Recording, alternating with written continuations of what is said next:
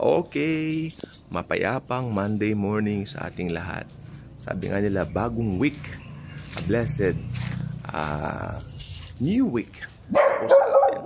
A blessed brand new week. Yan. At sa bawat week, meron pong kaukulang bagong pangako ang Panginoon. Okay? Yan, sumisikat na po yung araw. Tamang-tama, pagputok ng araw, puputok din ang mga blessings sa atin dahil tayo po ay mga pinagpala na. Hindi tayo pagpapalain pa lang, kundi pinagpala na po tayo. Okay? So sa umaga pong ito, akin pong tatalakayin po sa inyo ang tatlong uri ng impyerno. Okay? Ang impyerno po ay isang salita na kapag ka narinig ng mga tao, ito ay parang tumutukoy agad sa isang lugar na kung saan nandoon si Satanas, may hawak na tinidor, tumatawa si Satanas, tapos habang pinaparusahan yung mga tao, mali po yun. That's a big misconception coming from the pit of hell about hell. Dahil ang totoo po, ang hell po, okay, sa wikang Griego, meron po siyang tatlong salin. Ito po ay isa lang pong ibig sabihin hell, pero tatlong salin po kasi tatlo pong lugar yan, no? Pero kung isasalin mo siya hell, unang-unang hell, ito po yung Hades. Okay? Pangalawang hell, ito po yung Tartarus. Tapos yung pangatlong hell, ito po yung talagang nasa isip ng mga tao, yung maapoy na impyerno o yung fiery place na tinatawag nila. Okay? So, ano po ba muna yung Hades?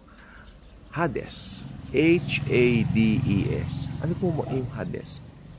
Pag namamatay po yung mga unbelievers ngayong church age, dyan po sila dumidiretso sa Hades. Okay? Ba't hindi pa rin maapoy na impyerno sa fiery place? Hindi pa po doon. Papaliwanag ko po mamaya kung bakit. Pag namamatay po ang mga tao ngayon ng mga unbelievers, diretso po sila sa Hades habang naghihintay ng araw ng paghuhukom. Doon po sila maghihintay ng araw ng paghuhukom hanggang sumapit yon doon sa tinatawag na white throne judgment. Okay? Pero habang wala pa yun, nandoon muna sila. Ano ba ang Hades? Ang Hades po ay isang lugar na totally hiwalay na hiwalay sa Diyos. Hiwalay na hiwalay sa presensya ng Panginoong Jesus. Okay? Nandoon po sila ngayon, naghihintay po sila para sila ay hatulan. So doon pumupunta yung mga kaluluwa ng mga namamatay ngayon, ng mga unbelievers. Yes, yung mga narinig po natin. Ano naman po yung Tartarus?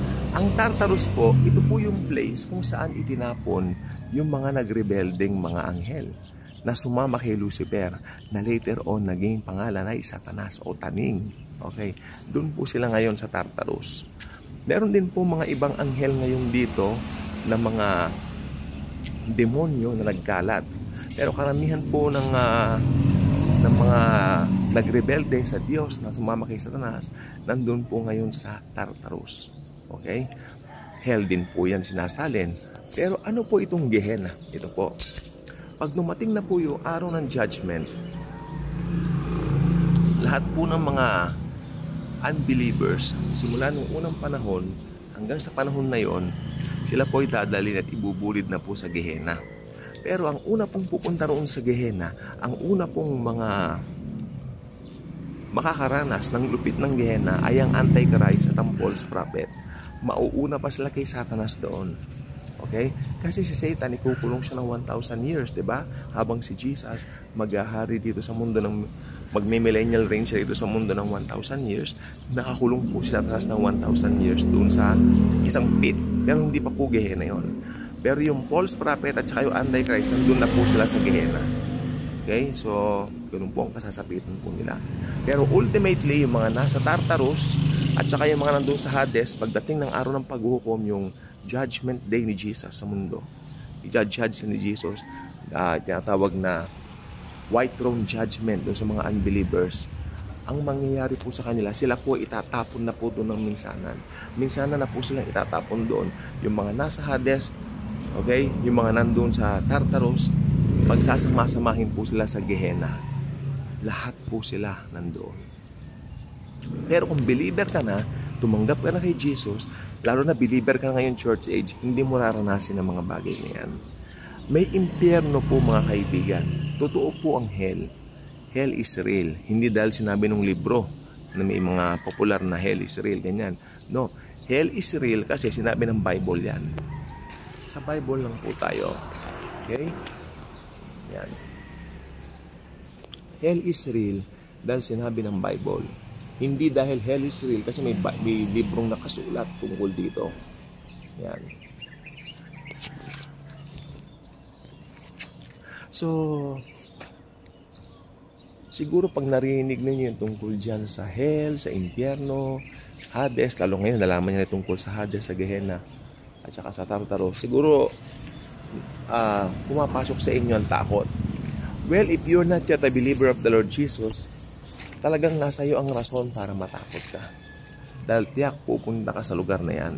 Pero kung tinanggap mo na ang Panginoong Jesus sa buhay mo, rest assured, dahil may buhay na walang hanggan ka na. Okay? Si Jesus, sabi ng Biblia, yung hindi magagawa ng law of Moses, ginawa niya. Siya ay nagkatawang tao upang mamatay sa krus ng Kalbaryo, upang ang mga kasalanan natin, past, present, future, ay kanya pong bayaran, magpakailanman.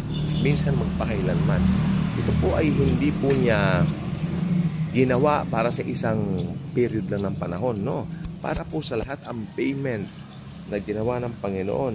At sabi ng Bible, sufficient na po yung kanyang ginawang kabayaran sa ating mga kasalanan. Kaya walang maipagmamalaki ang kahit na sino. Okay? Walang pwedeng ipagmalaki ang kahit na sino. Okay? Naligtas tayo dahil sa biyaya lang at kagandahang loob ng Diyos na kanyang ipinakita sa pamamagitan ng Panginoong Jesucristo. Okay? So, ultimately, alam natin, no, na si Jesus lang ang tunay na kaligtasan ng mundo. Kung wala si Jesus sa buhay ng isang tao, mapapahamak siya at tiyak mapupuntahan niya yung mga binanggit ng lugar. Again, Hades, dito po dinadala yung mga kaluluwa ng mga namamatay ngayon church age na hindi pa tumatanggap kay Jesus. Yung mga hindi tumanggap kay Jesus, yung mga namatay na walang Kristo sa puso, doon pupunta sa Hades. For the meantime, hanggang hintayin nila yung araw ng paghukom. At sa araw na yon, siyempre, alam naman po natin, ibubulid na po sila doon sa Gehenna. Ito na po yung maapoy na impyerno, yung fiery place. Literal na apoy po yun. At sabi ng Biblia, hindi namamatay yung apoy doon. Okay? Hindi namamatay yung apoy. Tandaan niyo po si Nebuchadnezzar, sabi niya, painitin ng 7 ulit yung pugon para itapon si Meshach, Shadrach, Abednego. Wala pong binatbat yan. Magiging mistulang malamig pa lang yun na lugar. Sobra pong lugar yung Gehenna. Sobra pong pahirap at pasakit ang mararanasan ng mga taong nandoon. Okay? So, if you are a Christian now at tumanggap ka na kay Jesus, I suggest i-share mo ang gospel of grace sa ibang mga tao. Simple lang gagawin nila. Maniniwala sila kay Jesus na namatay si Jesus para sa kanila once for all time. Hindi rehilyo ng dinala ni Jesus sa lupa, kundi relasyon sa Diyos na buhay sa pamamagitan niya. Okay? At si Jesus lang po ang daan sa langit. Wala na pong iba. Hindi ang mabubuting gawa mo, hindi ang rehilyon mo. Okay? Si Jesus lang po. That's the gospel of grace. At ang gospel of grace lang ang makapagdadala sa atin sa langit. Okay? Kung nananang ka sa mga gawa mo para pumunta ka sa langit, I'm afraid pupunta ka sa Gehenna pagdating ng araw. Okay? So, ito po ay talagang hindi pananakot. Ito po ay totoong magaganap sa mga wala kay Christ. Ito po ay message of love. Ito po ay message of hope. Kaya kailangan, while there is yet time, tanggapin na natin si Lord Jesus.